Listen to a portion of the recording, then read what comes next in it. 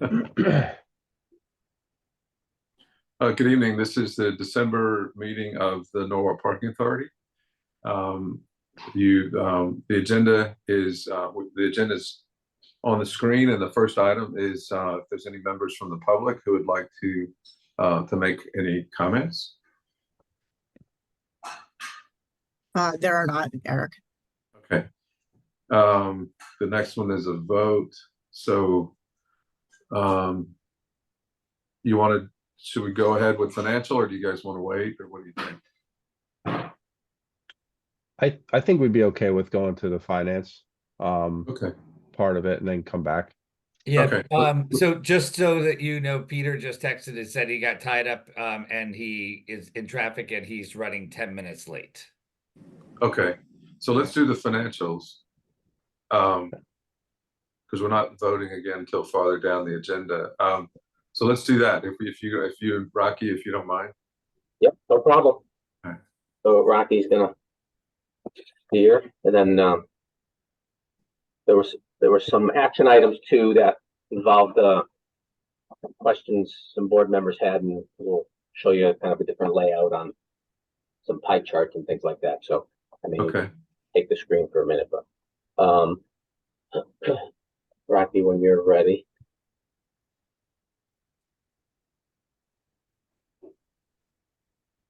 So overall, the November fund balance was favorable to budget. On the revenue side, we were on budget. From the revenue side, there was a slowdown really in transient, but that was offset by an increase in violation revenue. And on the expense side, in the transient drop we saw was mainly in Maritime and Haviland. And that was offset somewhat by increases in the train station and a little bit of Yankee Doodle. On the expense side, we were under budget, and that was really spread over nothing in particular, but spread over several accounts. The single largest one was really snow removal expense, which obviously we didn't have any expense for. We didn't have snow in December or in November. And then overall, year-to-date fund balance was favorable to budget as well, and that's mainly from transient revenue that was offset by several items that had some expense savings as well. From a month and year-to-date comparison, year-to-date revenue is up about a little over almost 8% compared to last year, and that's really coming from the rail stations, which were up about over 100,000. Transient activity, that was down about 1.3%, and that really came from all locations really had an increase in activity except for a few that was Haviland, North Water, and on-street operation. Permit activity was up, and that's mainly because of the rail station. We've been seeing an increase there between South Norwalk and East Norwalk, 15% and 20% respectively. Excuse me. And year-to-date permanent revenue is up compared to the last year as well. On the walk bridge impacts, there was really nothing to report.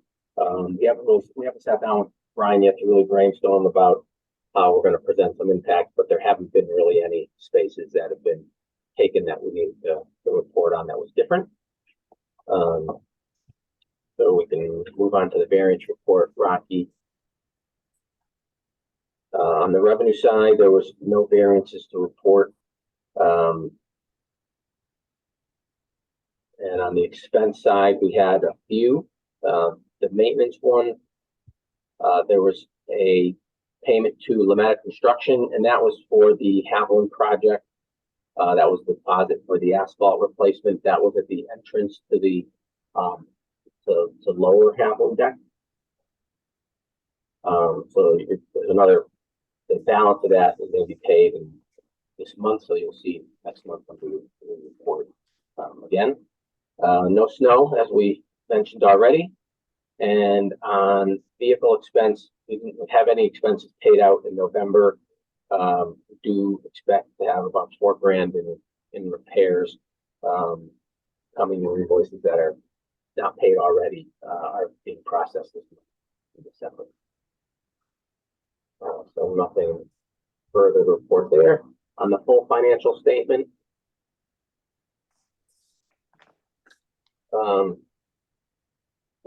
the line items that are highlighted are the ones we referred to in the variance report. I'll give you a minute to report on or to take a look at anything to see if there's any questions. I just, one question, when it comes to the beach parking here, we share that, management, I guess, with the Parks Department. And on I guess the parking revenue line, it's on the violations where we would see revenue generated from that, right? The Public Works keeps the parking revenue and the citation revenue From us. So farther down under operating, do we know the cost of that shared role?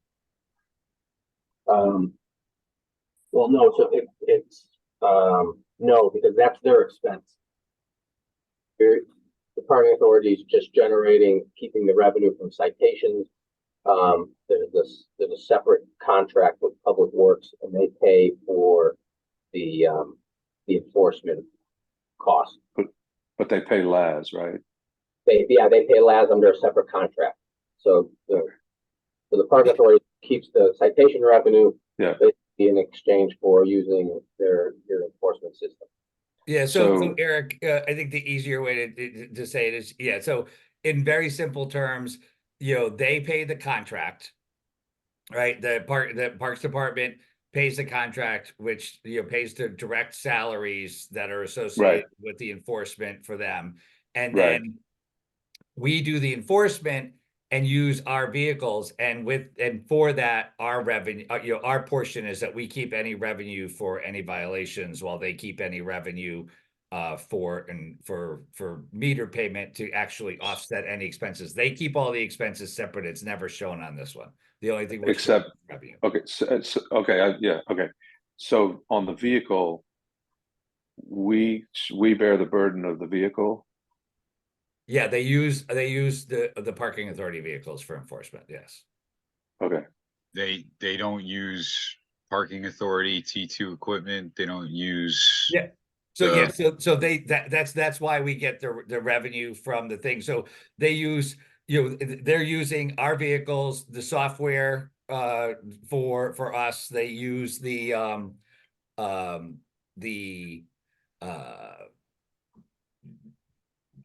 LPR, all the enforcement things that's we're offsetting. The original agreement was that we were offsetting all those by collecting we get to keep whatever revenue. okay. So maybe we should track revenue under the violations line to know what those numbers are. Stabby, you could do that, right? We could break out just the beach citations and that I think that would help often when we're seeing some of those spikes that are coming in there. That's what I'm and wondering, we yeah. go right to it to what it's being attributed to. Yeah, So we can create another revenue line that'll say violations, and violations beaches or something like that. and we don't have any shared arrangements anywhere else in town, right? No. What more time? What Eric? What? We don't have any other shared relationships in town. Yes, we have a shared relationship with Spinnaker for the apartment East building Norwalk. on the East Norwalk train Oh, station. right. Right, so we have in that agreement, we have the 110 spaces, right? Yeah, And that we get all the revenue from those spaces, and we get all of the citation revenue, right? However, when the agreement was made, there was a requirement that the development would provide 50 transient use parking stalls. So we do that. So they keep, they just had a requirement that they had to provide it. They get to keep the revenue. We have a requirement that that revenue has to match what that of the parking authority provides. And then we in order for it to be managed and not lose anything, we do all the enforcement, and we keep any of the revenue coming from that enforcement as well. Okay, so, all right, so the only divide is that of those 50, they get the use fee, Yeah. daily or whatever. Yeah. And then we manage the rest of it related to violations and, violations. Yeah, and truthfully, that just makes it's easier for the end user because they see one parking lot. They don't have Yes. to know where we leave off, where they leave off. Yes, And it's also easier for LAS to enforce because then they're just going through and doing one swoop of the parking lot and not having to stop at a particular one. But so, and right, then we were also concerned, with that, and this was with James when James was here that we did this. So it goes back early. So we were concerned where if we didn't do that, they could have done something like, put a boot on a car or, put a barnacle on a car. And we have half the lot that we're doing as citation, and the other half of the lot, somebody would get a $150 barnacle fee. And right, so, right, okay. So the reason I'm sort of asking all this is because I don't want there to be a skew between total parking revenue and violations citywide. yep. And I don't know the substance, or I don't know if the violations related to the beach are substantial or not, that in a total number, but it'll skew our numbers as they relate to each other in reporting. It seems to me, and I'm just trying to figure a way to separate it so we would know. Well, I think we could simply do the violations and then, excuse me, a subset under the violations tag being beach violations, right? And then just put those two numbers together. So you'll see like it might be $100,000 violation, $11,000 in beach violation, totaling 111, but then you'd see a separation of those. Right. Because Does if that it was work? all under our umbrella completely, Yep. then there would be no reason to remember that they're separate arrangements. Right. Yeah. Okay. All right. Okay. All right. We can Yeah, make good. that happen. Thank you. We can definitely make that happen. Jim. Just quick question, Eric. Do you want that retroactively or just going forward that you want? I think going forward is fine with me. I think if we ever needed to go retroactive, you have the data, right? So we could conjure that. Yeah, well, I think what we'll do is we'll do it for this fiscal year. So, I mean, we'll go back to July. So that way the year to date has the right number as well. Right, Okay. right? Yes, correct. We can do that. Okay, that sounds good. Thank you. Okay. So, moving on, system-wide activity. Yeah. So system-wide activity, we're seeing fewer transactions overall, but revenue has been higher. And what we're seeing is really the higher priced transactions are more than offsetting the reduction in on-street meter activity, which has lower transactions.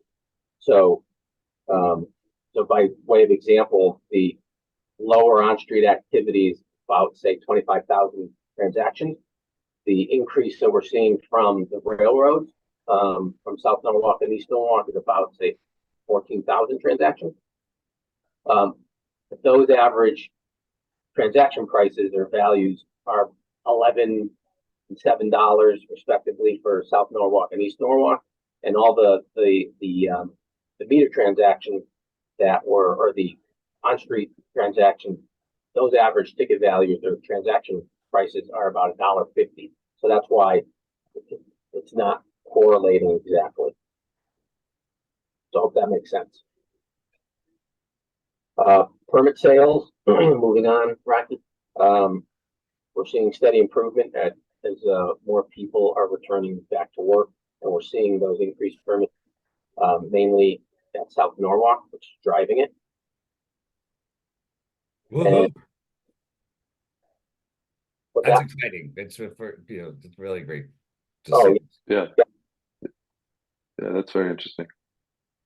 and on-street parking, activity and revenue are off compared to last year to date. And we're seeing, slower, I think we reported this last month too, slower night and weekend activity. The revenue impact, it's not as large as kind of the reduction in activity. And that's really because there's this shift in payment behavior. So we're seeing a lot fewer coin transactions, and from 2022 to 23, and a shift to credit card and pay by cell. So the coin transactions last year were about like 48%, and this year in November it was about 15%. So that's why. So does Jim, does Sabrina's office see this kind of information? We have conversations with her. We did a follow-up conversation with her regarding what we were seeing for transient activity. She confirmed, but we could this gets shared with them. How much she reviews, I don't know. We could certainly go over it with her and make sure she sees the value in the data that we're providing. But they do get it. But Okay. we'll double check on it. Okay. I don't know how much she uses it, so I just we'll clarify it. I can Okay. reach out. I can reach out to Sabrina tomorrow and just kind of, maybe just send a quick email, just introducing this information and just set up some time to go over it. I think it'll be a bonus just to get it on the schedule, monthly schedule or something. Yeah, because that top one, like now we've got 1, 2, 3, 6 months, Mm-hmm. of data. And that's system wide, right? Mm-hmm. Yeah, okay. Okay, parking enforcement. Issuance has been up compared to the last year, but it's actually down compared to the previous year.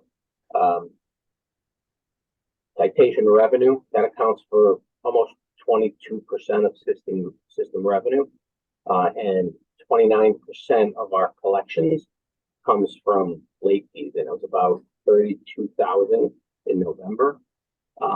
So at this point, I do want to kind of share my screen so I could show you a couple things, because Eric or somebody had a question about or wanted to add the late fee percentage to the pie chart that's on that page. So let me. Hey, Peter. Hello. Hold on. My mistake here. I didn't have it open. I thought I had it open. Back here.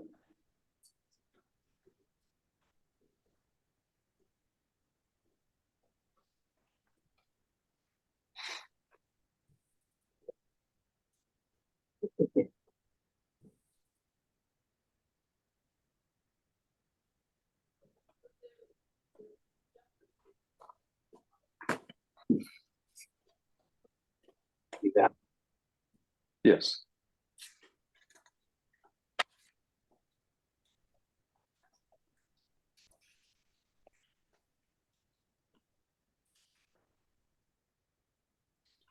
So, Eric, you'd asked if we could break out the late fees. So this is the revised pie chart. So I just want to make sure this is what you want to see, then we can update this and send it back to Maritza. So what I did was we took the last, or what you saw in the report that was given to every board member. This was combined, these two purple ones. And then we'll just split that up into the site defines and the late fees. And then I just we added another pie chart that really broke up that total. So the total of all the citation revenue, 73% of it is the underlying fine, and 27% are the late fees. And I think we said last time that it was high, or the late fees were greater because of the sort of the campaign to get people paid, get people to pay their tickets, right? Yeah, and I mean, some people just don't pay on time, and when they don't, you know, it doubles and triples, and so that percent can increase pretty rapidly. Percent. So Wait, you know, last month I think it was like 30% or a little more. So, but if you and the board members like seeing it in this manner, we can continue to provide it like this. I think so. The value of this to me would be to, over time, see how consistent it is. You know, because if it's more of a bubble, then, you know, 27% of a number could be a lot. And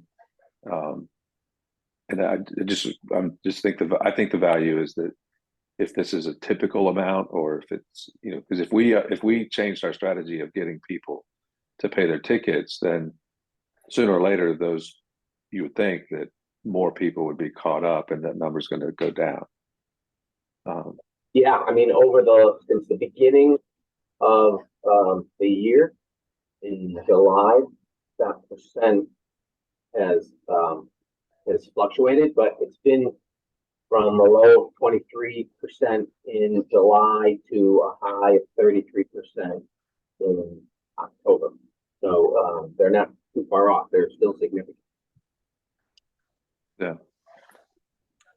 Okay. Yeah, I don't want to track things just for the sake of tracking them, but that was the value I thought might be useful to that. So, am I hearing that we should report it like this going forward right now? Please tell us otherwise. To me, yes. Everybody else, I don't know. All right. And then Peter actually had a question too on the month of June between 2022 and 2023 and why there was that disparity. And in looking at it a little closer with Rocky, there wasn't anything in particular. It seemed to be a change really in every geographic area. So Sono, you know, was up 25%. The Wall Street area was up 49%. The beaches were up 38%. So you can really pinpoint one thing. So I'm not sure if that answers kind of what you were looking for, Peter, but that's what we've got so far for you. Yeah, I thought maybe someone was a couple of people were out on sick or something in 2022, and you know they came back. I'm not sure. Yeah, no, we couldn't figure out why there was that huge disparity, but that was that's really what it was. And it may not be that there was one that was lower than it should have been or one higher. It does seem to kind of track with trends. If you follow that line, you know, from June 23 into 24, it does kind of, you know, track it. No, I would ask more, Sarak, if you knew why, you know, if there was anything that, you know, was in your sights as to why it was a big difference. Just curious. We dug this together with Todd, and one thing that I can assume is beach tickets was also down at the same time. So I'm assuming if the weather was not, you know, it was a rainy time, that number could go down. that is my you know, the only thing that we came up with. But tickets at the beach as well was also down, which kind of translates. You know, usually when that happens, the weather was not good enough. warm enough, so people didn't go. It was rainy. Yeah, So this year that was the rainy year, I think, yeah. But Yeah, yeah. not last year. But okay, if nothing, you took note of nothing special, then I guess we just move on. yeah, and there was no PTO either around that time. We have some awakening in the middle of the night, we will let you know. Okay, And just staying on this chart, Judd also had a question on the source of payments and the online payments versus in person. So in November, 79% of payments, the source of them were from online payments. 17% were in person, and 4% were other, like IVR or mail. So, Judd, I don't know if that's what you were looking for. We didn't put it on the report. You didn't, ask to have it on there, but we can certainly put it as a bullet point if that's what you all want. But I think this is fine.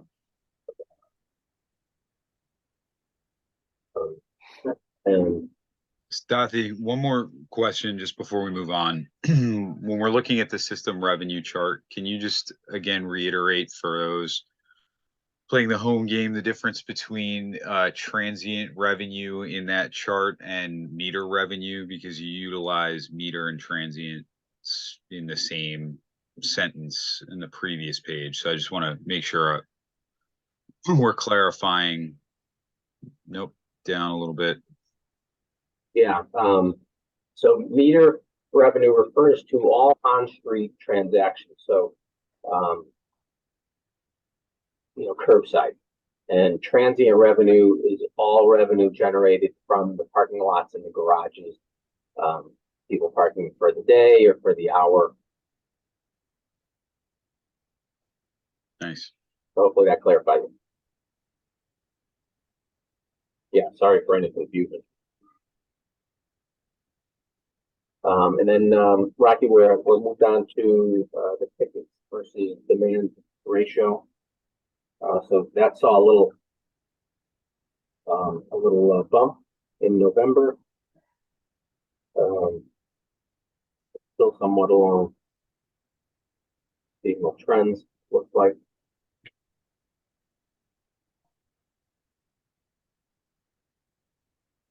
And the next page for that is the table format by street. And the one note that we mentioned last month too was Berkeley, Madison, those higher percentages, excuse me, because there's fewer tickets that are issued on streets like that, those smaller changes, mathematically, it just creates a larger percentage. So I wouldn't be necessarily alarmed about seeing numbers like that. Yeah, the totals always tend to be around that number, right? I mean, that's what I just recall offhand. They're always, oh, you've got them there right next to it. Yeah. So they're yeah. And then last page is the pay by cell activity, which has still been growing strong year over year. Again, kind of following the same, seasonal trends. We're seeing higher average transaction values, which is a good thing. And there's no other questions. That's really the end of our report. Rocky, was there anything we missed?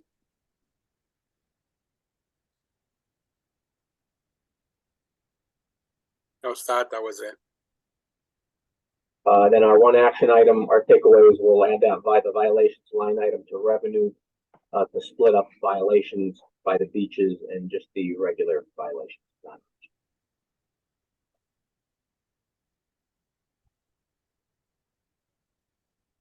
So, Sirak, just from a maintenance perspective, we did the work at Liberty Square a few years ago. Is all that holding up? It remains in good shape. Yes, Eric. So far, it's been in good shape. We did also some cleaning and striping at the beginning of the summer, the summer, and everything is running smooth. With the closure of the back lot, the state parking lot in the back, we did see some increased usage of transient and in the front side, and then permit also. Jim and I was also working together. Just making sure that only tenants of the building and employees are getting the permit, so we were able to maintain that up and under control. Brian and Jim, is there I assume there will be Walk Ridge traffic through there regularly for the next 7 years. Is there any, I mean, I don't know what to expect from a wear and tear perspective. But within the Walk Ridge agreements, is there, do you know if there's consideration for that, or are we going to need to repave the main drive? I guess that's Goldstein. Yeah, so Goldstein would be a requirement for them at the end of the project, to return it as is. I think we have also started to play around with what a new parking lot configuration might look like that could create some added spaces, because I think that I think this is a great example, right, of something that's working, right? Because Yeah. you know, this was prior to me, that was an unmanaged lot, but everything that I've heard from everyone I talked to, when it was an unmanaged lot, there was people there parking all the time, and the businesses didn't have any parking spaces. And Right. we made it managed parking, and now every storefront is filled. We have a turnover in spaces. We've met with like the people who own the restaurant. They you know, are in support of managed parking. They're just now saying, how do we get more? Right. So Right. Jess is working with the Parks Department about how we might have some temporary use of the park across the street. And I think ultimately what we're looking at doing is that could be a short term. We're looking at, you know, what is the impact during construction? How are they going to operate it? And should we look at a different configuration at the end of the day that provides additional metered or, you know, managed parking there to support the businesses, which I think are going to be great. So That's good to hear. more on it. We don't have it there yet. We're not going to obviously make a big change in the midst of someone, you know, driving through there and you know, muddying the waters. But you know, I think we recognize the value of Liberty Square, and we will make sure that our asset is maintained in a state of good repair. You know, for any impact Honda does to it. Okay, excellent. Thank you. Okay, if there's no further discussion on the financials, we could go back up to the meeting minutes. And if there's discussion on those, we could do that now.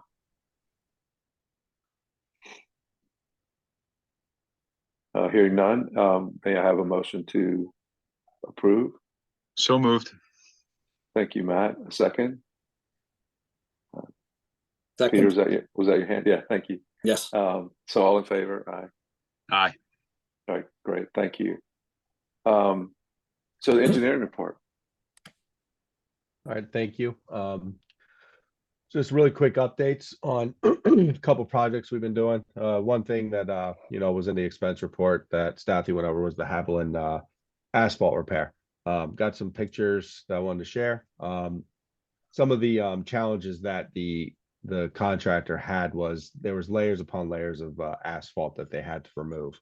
I think that they weren't expecting it, but they removed it effectively, and it looks great, as you can see at the bottom right of the picture. So really good job. We're really happy with it. You know, the LAS team went out and striped at a really challenging time with the weather.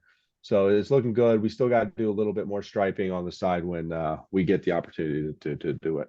So that's any questions or comments about that? That's great, thank you. Okay, cool. And then the next update is just the Yankee Doodle bid. The bid is opening on the 1st of the 10th of January. Afterwards, where we'll do the bid analysis with Desmond. And then we'll discuss best approaches with handling this, the stage project and the correct vendor that we do want to recommend. I'm hoping to get the recommendations before February to this board to get this project started as soon as possible in the spring. So do we go through city purchasing for this, or do we do it? Yes.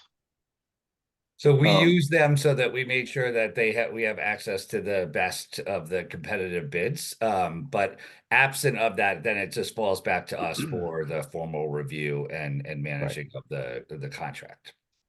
But this is one of the opportunities where we get to use the talent of the city to make sure that we're getting the biggest exposure to the RFP and the most qualified vendors reporting. Yeah. So on the logistics of construction, are there other city departments that are involved, or is it strictly between us and whoever the contractor is?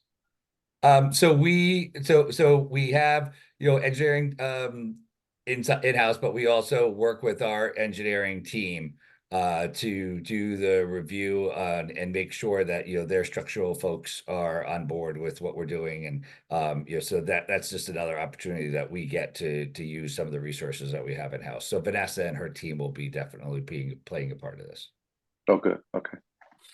All right. Awesome. Thank you. Thanks, Brian. You're welcome. Welcome. So next, go ahead. Oh, sorry. No, I was just go ahead. Yeah. No, definitely.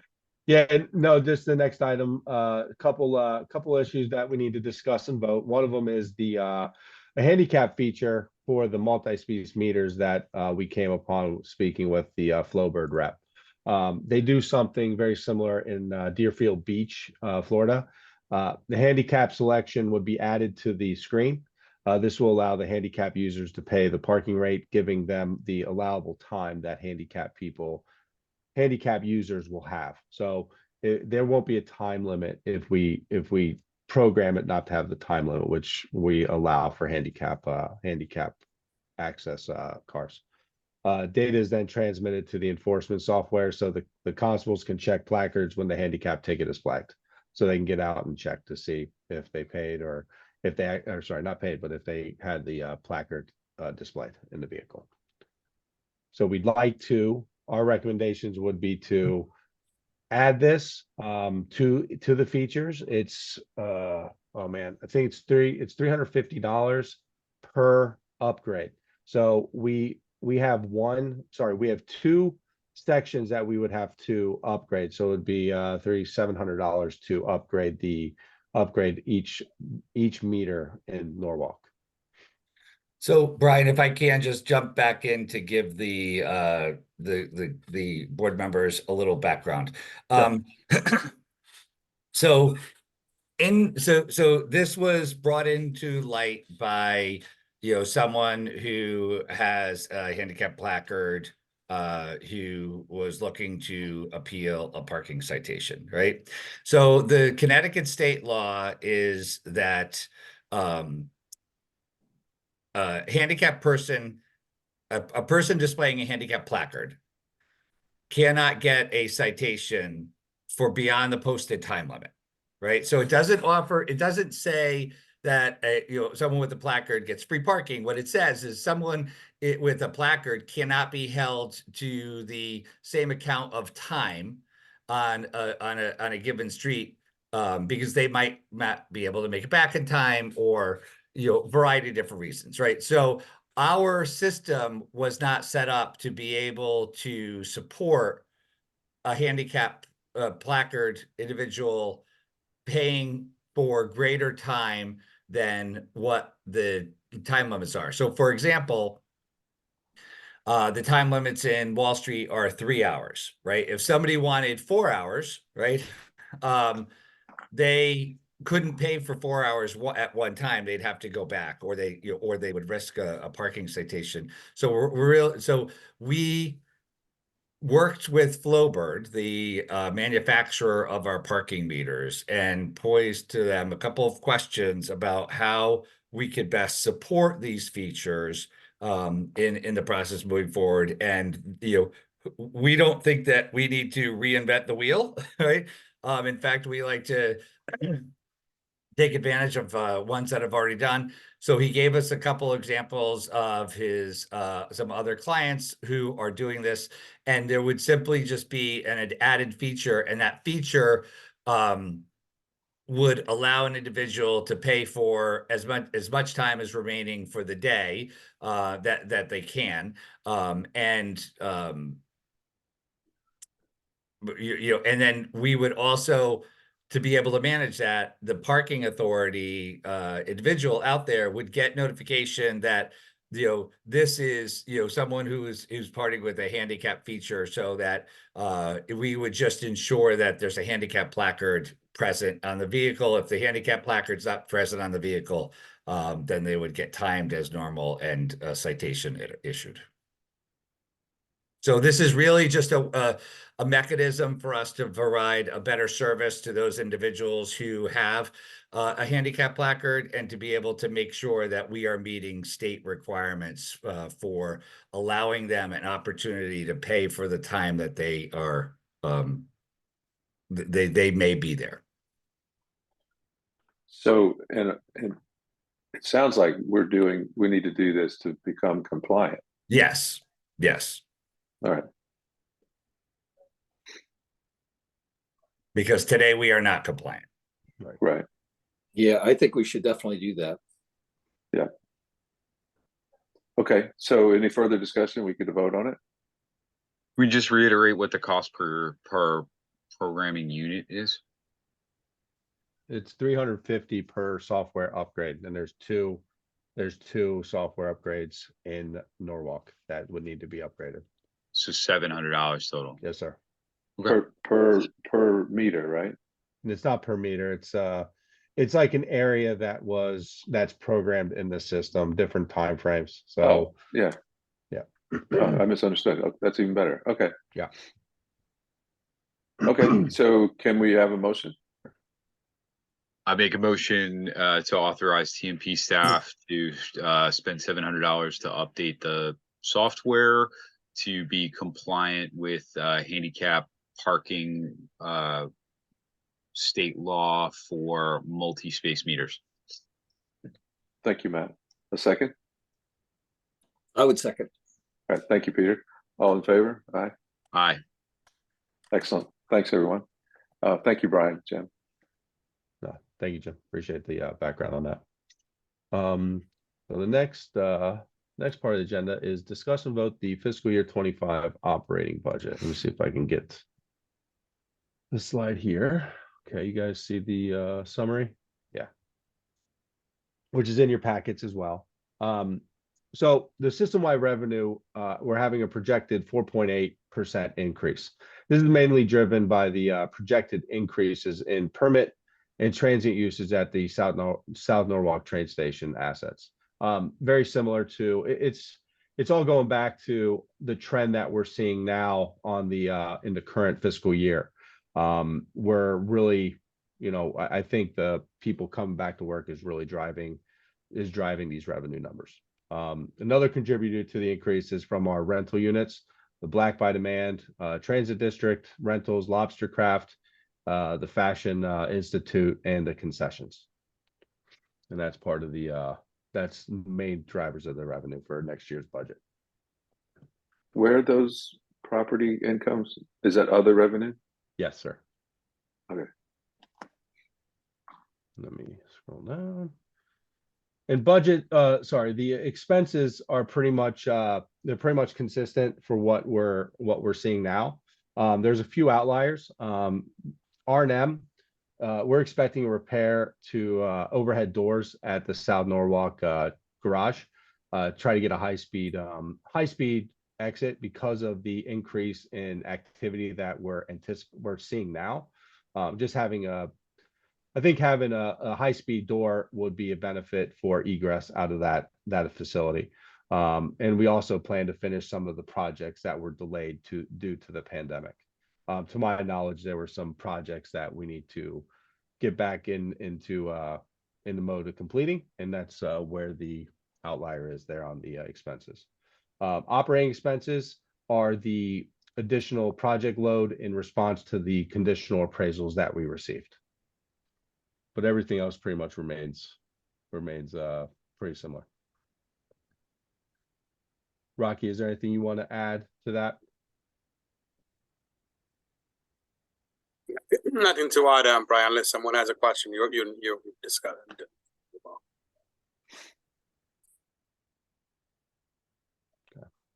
That's pretty much it.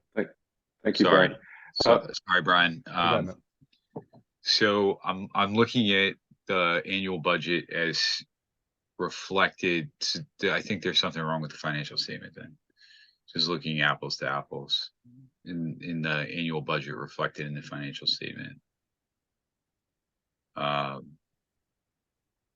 Just there's a miss in violation revenue. Just the numbers don't tie to the to your document here.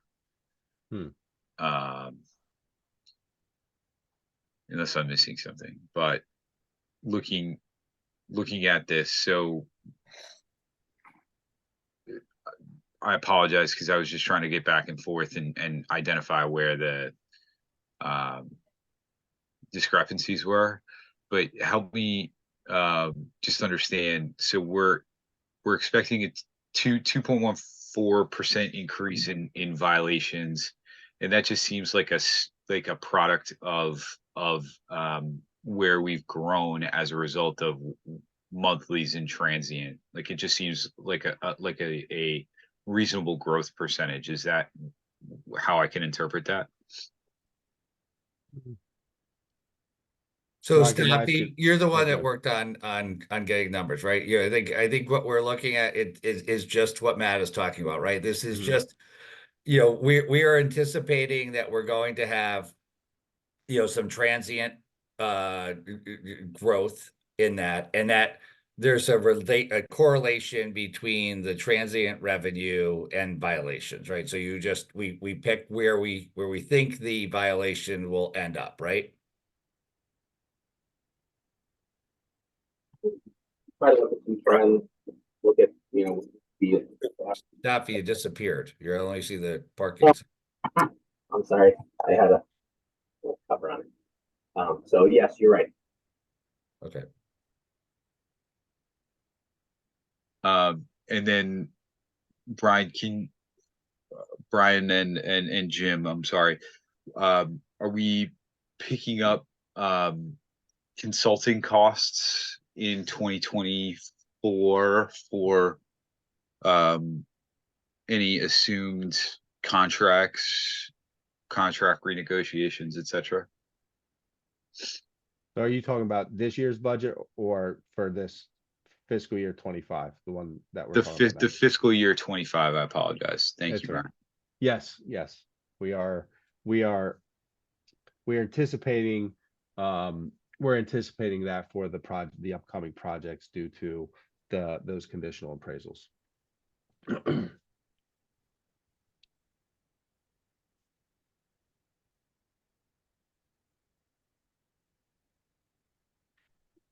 Thanks.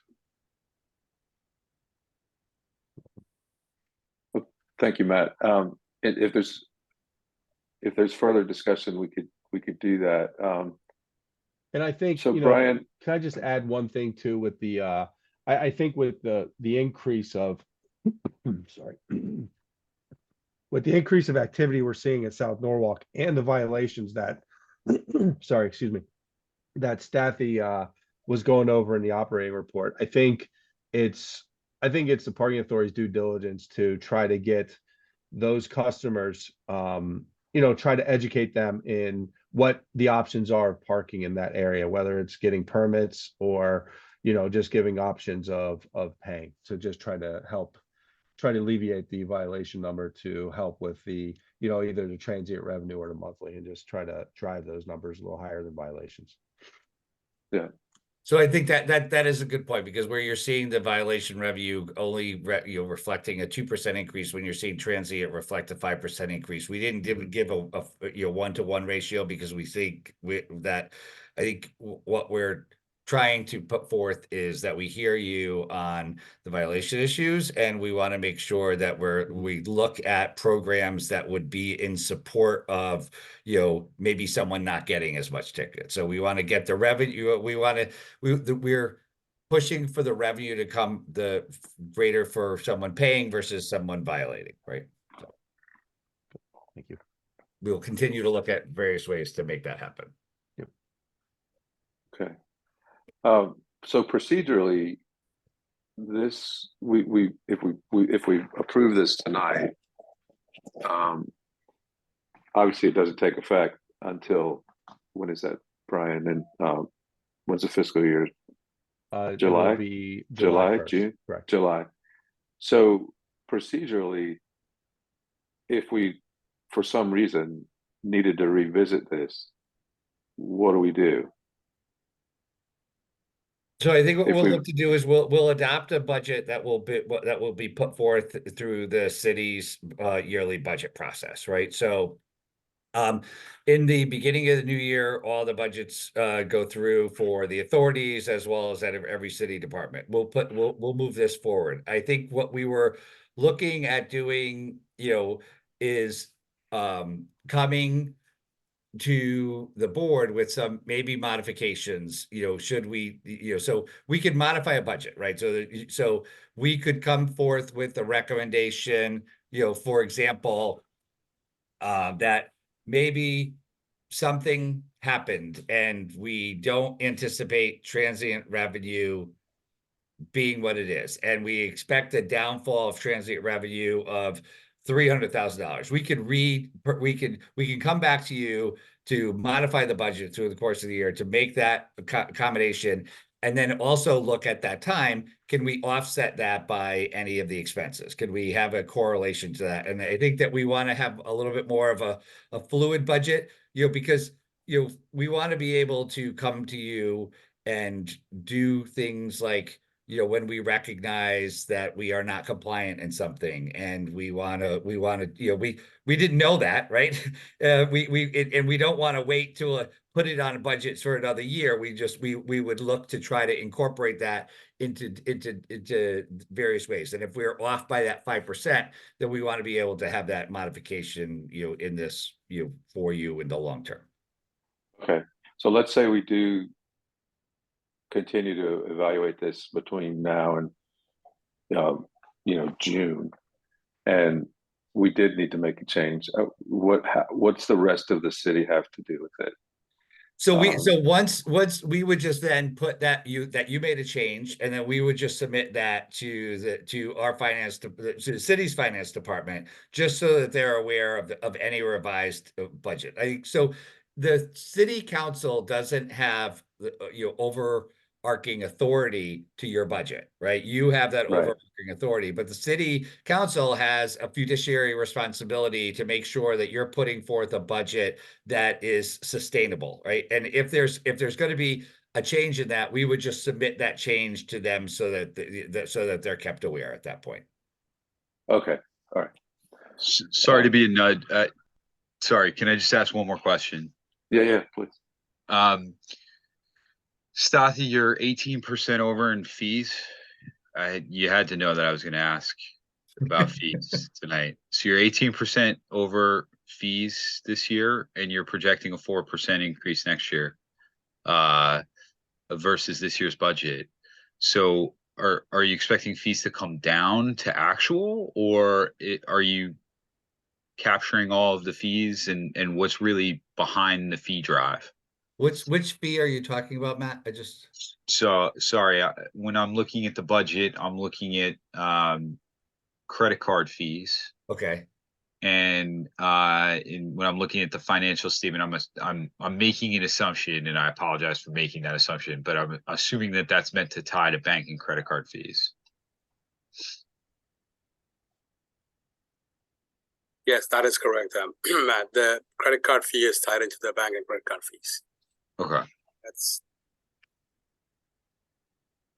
That's up. We're projecting 4% increase compared to 24 budget. Right. And, the reason why I'm bringing it up is that we're 15.8% off year to date for this year's budget. So So what's Matt, you're, just so I'm clear, you're asking, are they assuming we're not going to be 15% off again? And then 4% on top of that again? right? So if we're you know, roughly, if we're finishing on trend this year to be 15% over, you know, my assumption would be something closer to 15% for next year's budget.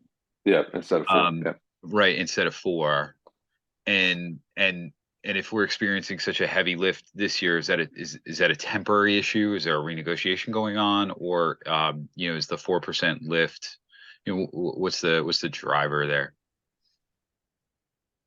Matt, on our fiscal, on the current fiscal year, we're seeing that big increase in credit card fee. I think most people are transitioning from, especially with the change of those single meter space into a credit card. We're seeing, you know, an uptick in the credit card fee transactions.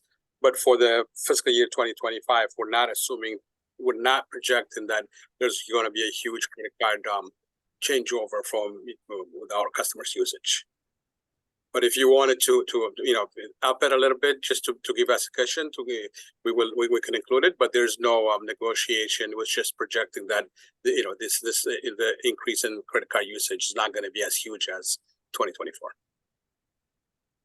Okay, you know, my assumption is that credit card usage and adaptation would more than likely go up, just given the information that we're seeing presented, and as we, you know, increase the digital opportunities for people to pay, it seems as though credit card usage would go up. So I would feel a little bit more comfortable, at least planning on the expense side, to at least meet this year's growth, and perhaps call it flat to forecast would be what I'm looking at. And, you know, I mean, to a certain extent, you know, we're talking about $20,000 or $30,000 in a $4 million expenditure budget, right? So I recognize that this isn't a tremendous move, but it is creep, right? It does represent small amounts that are shaving off of, you know, potential debt service for us. So if there's an opportunity for us to renegotiate any kind of agreement where our burden is lesser on pass-throughs or credit card fees, we would want to try and do that to prevent that creep moving forward, it would seem to me. So Matt, if I can, I think so. What I think we are hearing from them, and a concurrence from me, is that we should not anticipate that our credit card usage will decline when we're only seeing an increase of credit card across the board, right? So we should anticipate that whatever rate we're ending today is going to be the rate that we are next year. So let's at least very much go flat. But Matt, to that point, if we're also seeing an increase in credit card use, that's the opportune time. So I think what we will also look at doing is we will do a RFP for, you know, service providers to look at what that new rate is. Because if we have more people using it, just like everything else, we should get a better rate, right? So we will do both of those. And if we end up with a reduction, then we'll have a better reduction, and you'll know why we have a variance next year then, right? But Exactly. No, that's great. I appreciate that, Jim. Yeah, that's okay. perfect. So I think you're heard, and I think you made a great point. So Brian, why don't we talk about that when you're back in the office and feeling a little bit better? Perfect. Thank you. If I could add just a little clarity to that too, just for Matt's benefit, the way the budget's actually formulated, it is a percent of revenue, and that's how the credit card fees are budgeted. So that period you were talking about was tied to revenue. So if you looked at our budget versus actual, it's about 5%. So basically the two factors are, you know, we're going to make sure, like Tim said, we have the best rate possible, and then it's our assumption based on each location how much revenue is generated from credit card transactions. the little two variable jump going down. I hope that makes sense.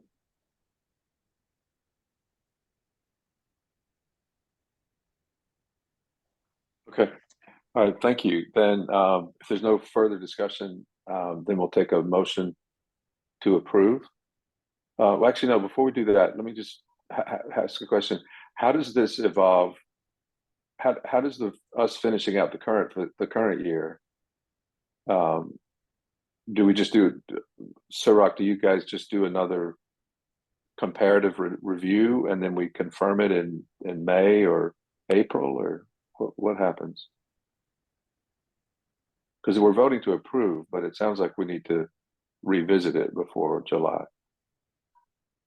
If I may, Mr. Chairman, I believe that procedurally we're voting to approve the budget for submission by TMP to Board of Taxation and Review. Is that? Yeah.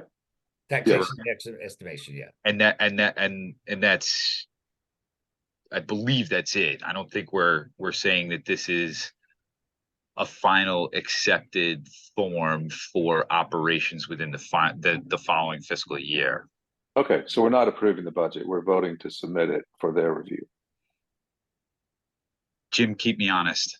Yeah, so, yes, so I think to the point that we made before, I think what you're gonna, what we're doing is you're approving that we would move this forward, budget for submission to the city's Board of Tax and Estimation. And we, to your point earlier, how do we, it's 6 months before we actually start this budget. Do we have an opportunity to make amendments? And I think that, yes, so we're saying we would come back, make amendments. I think we have marching orders as it relates to credit card fees. And I think we will start to look at what impacts happen to other items, right? Whether we see a positive trend or a negative trend in revenue, that we want to make that better projection. We have that opportunity before we go live with the budget for July 1. Yep. Okay. So if there's a motion to approve, what is that? So I would make a motion to approve the proposed budget and and submit it to city finance. Okay. I just want to make sure we have it all procedurally what we're supposed to do. Okay, that then if we can have a motion. I make a motion that we approve the budget for TP for submission to city finance. Excellent, thank you. Second, Peter? Oh, you're muted. Sure, I'll second. Yep. All right, great, thank you. All in favor? Aye. Excellent, thank you. So 15 minutes. Yeah, so update yet again on the 15-minute option over in Wall Street. The signs were actually installed today. I'm since I've been in my illustrious office at the house, I wasn't able to get pictures of the installation. But the signs are in. They were starting to be installed today. And it's like I want to take this thing off the agenda for next month, but I do want to show how the signs look. So once January's meeting comes up, I'm going to get a slide like I did with the Haviland parking deck and show you how they look, because I think it's going to look outstanding. Excellent, thank you. You're welcome. I'd just like to comment that the transient parking is so critically important for, an area like Wall Street or Washington Street or any place that's got merchants. It's just, especially, this time of year, you see it so strong that people come and go, and they're all spending a buck, and it's just great for the merchants. Yeah. So Brian, you said Wall Street, that isn't citywide yet? Jim, keep me honest here, but I believe the Wall Street project is we're getting that set up as a pilot to get that up and running, to then take it before. Well, so we wanted to do Wall Street. budget. So you guys approved the whole thing, but we wanted to do Wall Street as like the pilot area, the sample area. Make sure that we got it right before we, entered it, before we procured more signs, before we did that, you wanted to make, we hit one area, make sure that we got them in the right spacing, make sure that people see them, and that we get it right. And then once we get it right, that's what we roll out to the rest of the city. So as Excellent, soon as we get that confirmation that this is right, it goes to everywhere else. excellent, great, thank you. Yeah, this is great. I'm glad to see this. You know, I And, just, if I Yeah, listen, before we, sorry, Peter, go ahead. go ahead, Peter. no, it was just something that I picked up, a long time ago, 20 years ago or so, that, the turnover is what we're trying to achieve here. And we're trying to keep customers honest too. If they're there longer, they're going to pay. So enforcement is obviously critical. It's not such an easy thing. It's guys working and then issuing tickets and so forth. But over a period of time, I think what we achieve is what we're trying to achieve. Yeah, this is a great step. I also just wanted before to we- add so Peter's aware of this, obviously, right? But we were finally able to get the vendor out to remove the reverse at angle parking and return that to Yes. parallel parking. There was an article or a couple of articles written, one fairly favorable, like a great update that was in the hour yesterday, I think it was, or not, but I think the more important, regardless of whether, an article is written positive or negative or whatever, I care less about. What I care about is that the day that followed that, I heard from 3 different members of this community, the Wall Street community, to who gave appreciation for this. And I think it was more so listening to them and taking action. So I think that this is working well for the Wall Street people, and I think this is one where we did good. So Excellent. took a Yeah, little while to great. get there, but it's there. Yeah, great. Beautiful. Just to add on that, Jim, the amount of compliments that we're getting from in the office is tremendous, especially from business owners in that Wall Street area. A lot of businesses call in to thank us that we convert those. Yeah, been a great thing, right? So Yeah, that's great. Excellent. Thank you. I Brian, you were applaud the gonna city say- for taking on new initiatives, and I further applaud the city for being able to say the people didn't respond to this, and we should make an amendment to that. So I think it's Yeah. been great all around. Definitely. Yeah, Jim, you carried the torch, and I really appreciate it. You did a great job with this. Thank you, sir. Wish it was. Yeah, definitely. We had a rough year when it comes to pavement markings, but I wish it got done earlier. But I'm glad it got done. Yeah. Brian, you right. were gonna say something? No, that's exactly, Jim said it a lot better than I would have said it. Okay. Awesome. Okay, if there's no further discussion on anything old or new, we can have a motion to adjourn. I'll make the motion to adjourn. Thank you, Peter. Thank you, Matt. And all in favor? Aye. Excellent. Hope everybody has a great holiday and everybody stay safe and warm. Happy New Year. You too. We'll Thanks. see you in the new year. Holidays. Thanks, Eric. Holidays, happy New Year. Thank you.